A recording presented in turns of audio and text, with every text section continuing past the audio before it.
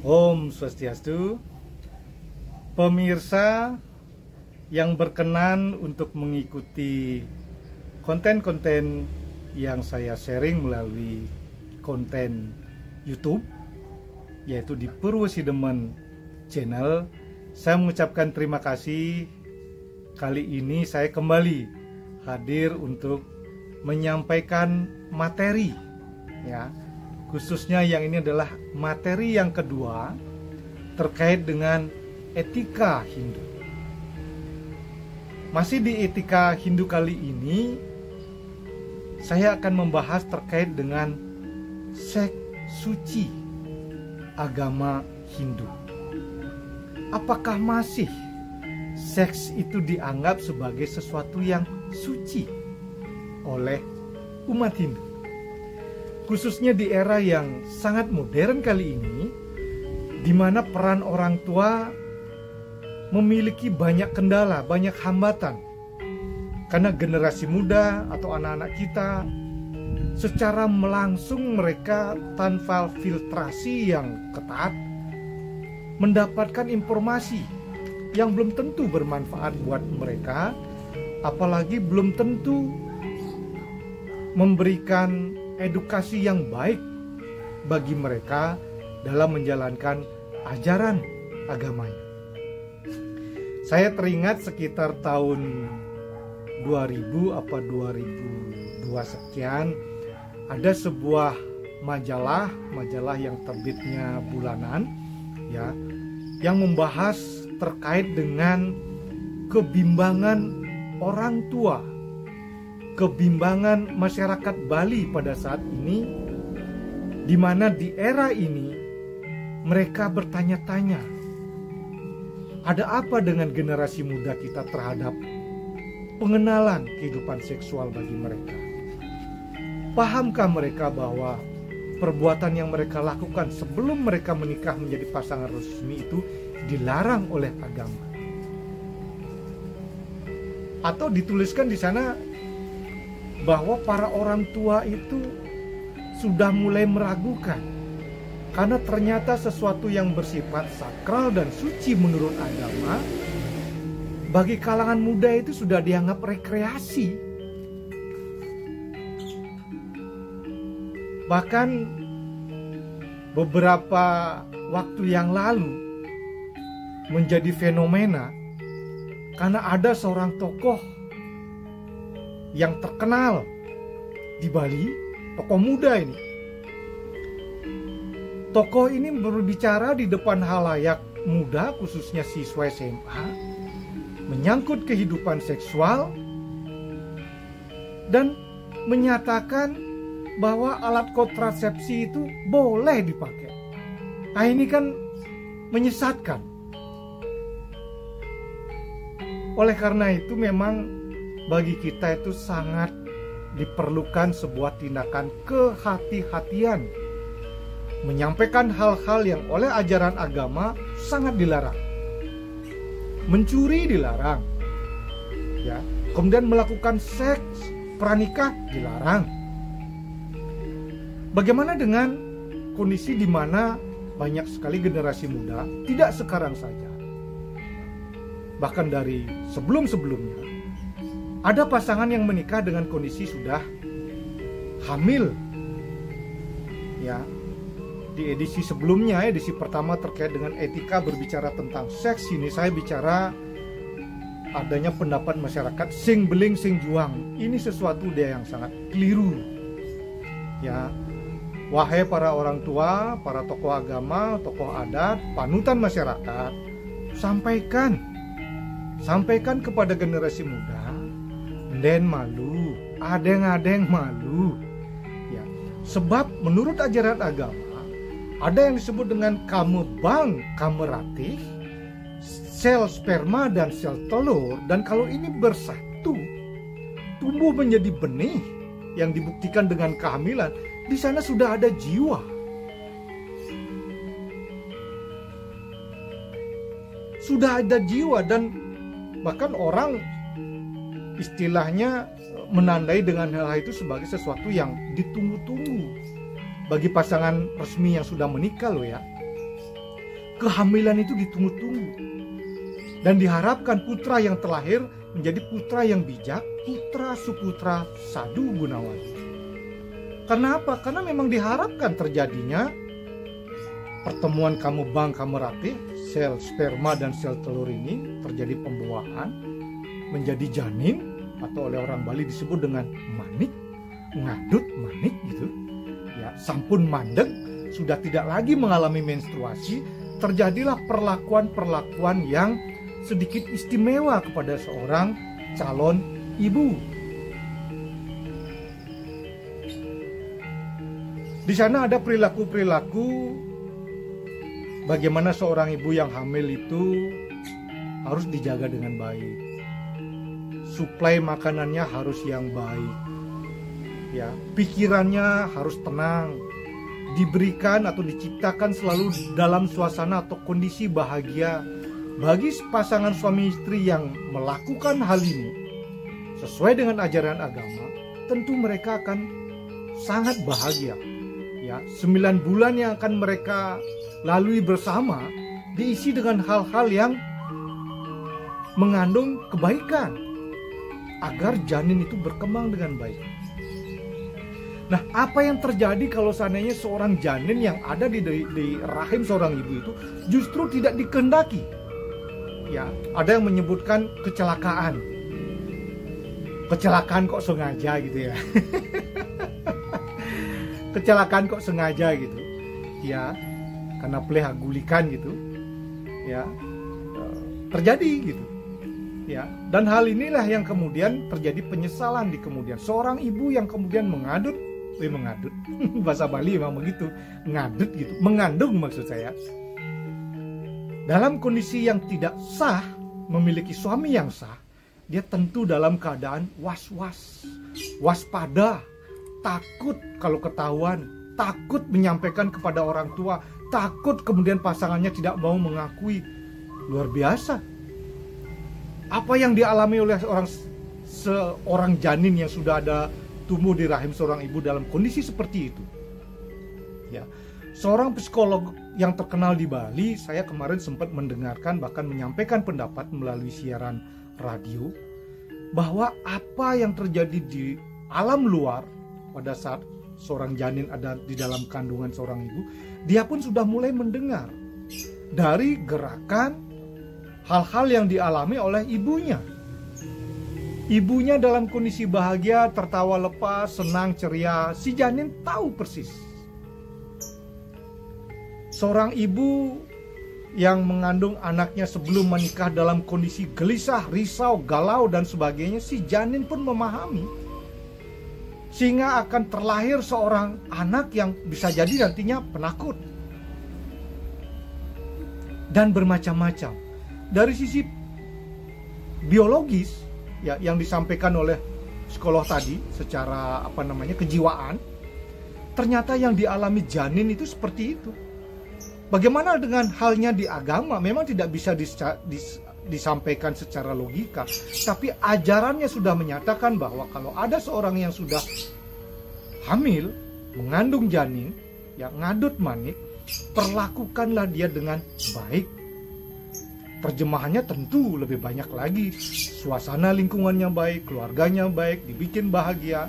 Ya, bahkan di dalam beberapa pesan-pesan dari seorang sulingge yang diberikan kepada pasangan suami istri yang menikah, ya, dan setelah menikah nanti diharapkan hamil, beliau berpesan, jaga istrimu dengan baik, berikan asupan konsumsi yang baik, jangan berkata kasar kepada istri, apalagi berbuat kasar, tendados nengkik, karena bagaimanapun juga janin itu akan mendengarkan, ya. Bahkan kalau seandainya tidur tidak boleh kalau istri itu tidur di sini kemudian yang suaminya itu pindah ke sebelah gitu, ngelangkahi gitu, ya itu tidak boleh. Karena jiwa atau manik dalam Hindu Dresta Bali itulah dalam kondisi rahim, dalam kondisi seseorang yang hamil, ya, yang disebut dengan ngaduk manit yang sifatnya dewa. Kantun meraget dewa na alit punika. makanya tendados langkahin. Ya, dan banyak pitiket-pitiket pesan-pesan lainnya yang disampaikan agar mereka pasangan suami istri itu bisa menjaga kondisi kehamilan sehingga anak tersebut pada saatnya terlahir ya menjadi seorang anak yang bijak. Ya. Dan ya seperti yang saya sampaikan sebelumnya, tantangan ini memang tidak mudah. Tantangan ini sangat berat. Di era yang serba informatif, yang langsung didapatkan oleh generasi termasuk kita, apapun yang kita kehendaki ada di genggaman tangan kita. Apapun yang kita cari ada di sini semua. Oleh karena itu banyak sekali para akademisi, kemudian tokoh-tokoh agama, termasuk juga para penulis ya, yang saya baca tulisannya itu sangat menarik sekali, selalu memberikan catatan bahwa perbuatan tersebut tidak disarankan, tidak diperkenankan, bahkan lebih keras menyatakan dilarang oleh agama. Agama-agama lain keras sekali, ya, sehingga bagi pandangan masyarakat luar terhadap agama Hindu di Bali, mereka cukup heran. Bahkan sampai timbul semacam pendapat kok boleh ya, terus seolah-olah wanita itu jadi bahan percobaan, kalau tidak hamil kemudian tidak dinikahi. Ini memberikan image negatif bagi kita umat Hindu khususnya di Bali. Ya, mungkin saja banyak dari masyarakat kita yang belum memahami dengan baik. Bagi pasangan suami istri atau calon suami istri, calon ayah, calon ibu yang akan menikah dalam kondisi hamil, banyak orang tua yang tidak memahami bahwa di Bali itu di beberapa tempat ada sastra yang memberikan sanksi terkait dengan pasangan yang melakukan hubungan suami istri hingga hamil sebelum menikah. Yen titiang mau sang niki akeh sampun para sulingge memahami itu. Taler titiang nunas mangde para sulingge ritat kale pacang natab utawi menjadikan mereka pasangan yang sah, sampaikan kepada mereka agar kemudian mereka menyampaikan kepada generasi atau anak-anaknya untuk tidak mengulangi perbuatan itu karena ada sanksinya. Titiang ring sejeroning keluarga besar medue napi wastana kitab sastra berupa kitab lontar sane memurde Ari Cenani. Ari Cenani punika sekadi dalam bahasa Indonesia itu seperti sumpah cor. Sumpah yang berisi sanksi yang sifatnya niskala. Termasuk hubungan suami istri yang kemudian mereka menikah. Untuk tujuannya menjadi jelas pasangan tersebut atau anak yang ada di dalam kandungan ibu adalah hasil perbuatan mereka berdua. Boyo sani tiosan gitu. Niki sani mewah. Ya. Nanti kita akan bahas khusus terkait dengan apa saja hal-hal yang menjadi sanksi yang ada dalam kitab sastra itu. Nah niki titiang saya menyampaikan melalui media atau channel ini agar juga masyarakat semakin memahami. Ya, karena mungkin saja ada orang tua yang tidak tahu ada aturan yang mengatur terkait dengan tindakan yang amoral itu. Ya. Karena memang kitab-kitab seperti ini sifatnya agak pingit gitu. Ya. Jadi kalau ada yang mengatakan sifatnya adalah pingit, yang mencoba menyampaikan dengan bahasa yang mudah dipahami, yang pada intinya agar bagi orang tua memberikan nasihat sanksi apa yang didapatkan kalau seanak mereka, generasi mereka melakukan hubungan seksual sebelum menikah. Nah kemudian yang berikutnya terkait dengan, ya kalau tadi membahas etika-etika bagi sepasang suami istri yang baru menikah dengan kondisi tidak hamil dan kemudian setelah hamil baru melakukan hubungan seksual, itulah yang diajarkan, yang diinginkan oleh agama untuk mendapatkan kelahiran yang disebut dengan anak yang suputra. Suputra Sadu Gunawan. Mana ada orang tua yang mengharapkan anaknya terlahir menjadi orang yang tidak baik? Tidak ada. Oleh karena itu sadari mulai dari sekarang, karena harapan Anda adalah mengharapkan seorang anak yang baik, lakukanlah dengan cara yang benar dan baik sesuai dengan ajaran agama gitu. Tidak jauh dari itu gitu. Ya, jangan kemudian terjadi penyesalan, ya, apalagi kemudian ada embel-embel seorang wanita yang bereksperimen. Ya, maaf, dalam kondisi mungkin saja terjadi di masyarakat, saya tidak tahu persis, ya. Pada saat mereka pacaran dengan si A, melakukan hubungan suami istri, dengan si B melakukan hubungan suami istri. Itu yang di majalah Hindu tadi itu ada keraguan-raguan, kebimbangan orang tua, kok seolah-olah hubungan seks pranikah itu jadikan semacam rekreasi. Dan yang lebih parahnya bila seorang wanita kemudian kondisi hamil dan tidak mendapat pengakuan, ya, karena bingung pasangan yang mana yang menjadi orang tua sah dari anak itu, ini yang akan menjadi beban. Ya, kalau dalam rentang tertentu, dalam dekade tertentu dari sekarang katakan ke depan, terlahir anak-anak yang seperti itu, kita tidak bisa membayangkan bangsa ini, negara ini, atau mungkin Bali ini sendiri akan jadi apa. Ya. Pengenalan terhadap kehidupan seksual bisa dilakukan dengan cara yang benar juga, tapi jangan gerasa-gerusu untuk kemudian melakukan dengan sembarangan. Memang pada awalnya alat reproduksi yang disebut alat untuk melakukan seksual ini memang memberikan kenikmatan yang oleh manusia, ya, dijadikan sebagai hiburan untuk mendapatkan kenikmatan. Tidak salah, tapi kenikmatan itu ada batasnya, hanya boleh dilakukan bagi mereka yang sudah menjadi pasangan suami istri, itu maksudnya. Ya, bukan tiba-tiba yang belum juga kemudian melakukan itu. Nah, ini yang harus kita berikan penyadaran kepada generasi kita, ya, menyangkut generasi keturunan yang kita harapkan adalah keturunan-keturunan yang bijak, yang baik.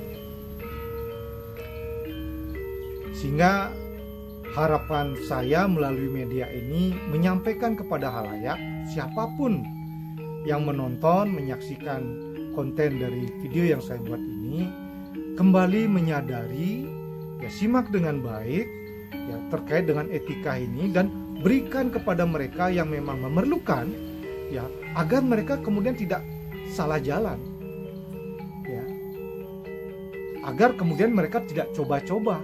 Ya, cukup dengan mengenali melalui literatur berupa buku, apa itu alat reproduksi, apa akibat terjadi kalau seandainya terjadi pertemuan antara sel telur dengan ovarium atau dan itulah yang sebatas itulah yang mereka harus ketahui dan pahami. Ya.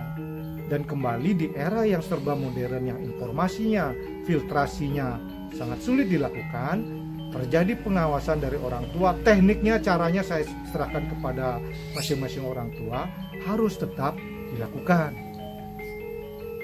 Ya, apalagi kemudian kalau anak-anak kita memiliki pergaulan yang bebas, ini tentu berbahaya. Ya, salah pergaulan, salah memilih teman. Ya,